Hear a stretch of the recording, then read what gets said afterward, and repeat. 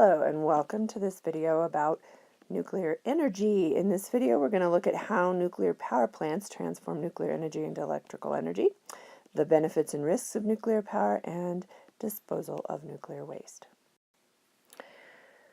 So nuclear power plants transform nuclear energy into electrical energy, and they do this using nuclear reactors, and we use a process called fission. Remember that fusion occurs when atomic nuclei combine together to form a larger nucleus, and this a fusion-based power plant isn't practical because remember that it takes millions of degrees Celsius in order to provide enough energy for those nuclei to get close enough together to fuse. So fission is the process whereby nuclear reactors generate electricity. The actual fission reaction takes place in the reactor core right here, and it releases a tremendous amount of thermal energy, and that is used to heat water and to produce pressurized steam. Transferring the thermal energy from the reactor core is done via what's called a fluid coolant.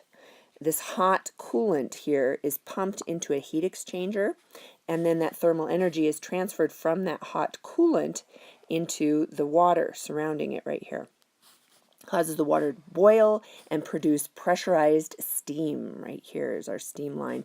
That in turn comes over here to spin a turbine. When that steam leaves the turbine, it enters a chamber where it's condensed back into the liquid water. There's also cool water flowing through here that is absorbing the thermal energy released during the condensation. Thermal energy is carried to the cooling tower where it's released into the environment. And the overall efficiency of this kind of a nuclear power plant is about 35%, and it's very similar to that of fossil fuel burning power plants. So let's take a look at just this nuclear reactor core. And this is just part of our previous diagram. This is just the core where the fission is occurring. Only certain elements have nuclei that can undergo fission. And naturally occurring uranium contains uranium-235, which has a nucleus that can be split apart. Naturally occurring uranium typically contains less than 1% of the isotope of uranium-235, 0.72% actually. So the uranium used in a reactor is enriched so that it contains about 3 to 5% of uranium-235. That's what we're talking about when we call something enriched uranium. The fuel that's used in a reactor core is usually uranium dioxide, which is in the form of tiny pellets, and it is placed inside of, right here is the fuel, it's placed inside fuel rods that are bundled and covered with a metal alloy. The core of a typical reactor has about 100,000 kilograms of uranium, and that is contained in these fuel rods right here. And for every kilogram of uranium that undergoes fission, 1 gram of matter is converted into energy. You'd have to burn more than 3 million kilograms of coal to generate an equivalent energy output. So remember that a nuclear chain reaction has to occur for this process to work. A neutron is bombarded into a uranium-235 nucleus, which produces fission products, 2 smaller nuclei, and a bunch more 3 extra neutrons, which go around and bump into more uranium-235 nuclei, and so forth and so on.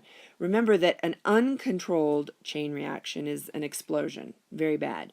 So this process must be very controlled.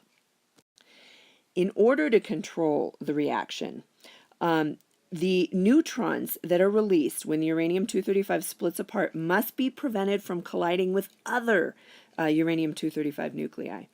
A way to do that is to absorb these extra neutrons via control rods that contain boron or cadmium. These would be those control rods right here in blue.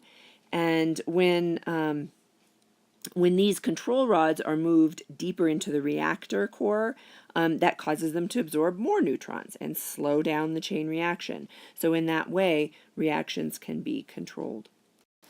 So what are some of the benefits and disadvantages of nuclear power? Well, benefits, they do not produce air pollutants. They do not release carbon dioxide, which is obviously has a great effect on our environment. Disadvantages of nuclear power, it's very expensive financially. It takes a long time to build a nuclear power plant, at least 10 years to from start to finish, and it produces a lot of radioactive waste. That is a definite disadvantage. So, nuclear power plants all over the world operate safely every day. However, one of the serious risks of nuclear power is the release of harmful radiation from the power plants. Fuel rods contain radioactive elements, and that could be extremely harmful to living organisms if it's released from the reactor core of a nuclear power plant. So to prevent accidents, nuclear reactors have very elaborate systems of safeguards. They have strict safety precautions and very highly trained workers. But even with all of these safety precautions, accidents still sometimes happen. An example of that was the Chernobyl nuclear power plant in the Ukraine. In 1986, materials in the core caught on fire and caused a chemical explosion that blew a hole in the reactor. And that resulted in the release of radioactive materials that were carried by winds and deposited over a very large area. Here's a picture of the abandoned area in the town nearby Ukraine today. Immediately, only 50 people died from acute radiation sickness.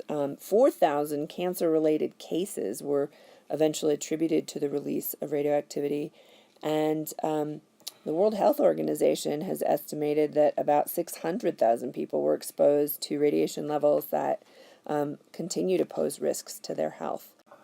Another famous accident, or infamous accident, that occurred was the 3 Mile Island nuclear power plant incident in 1979.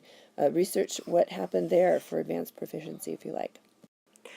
So nuclear waste is another disadvantage of nuclear power plants, and nuclear waste is defined as any radioactive material that results when radioactive materials are used.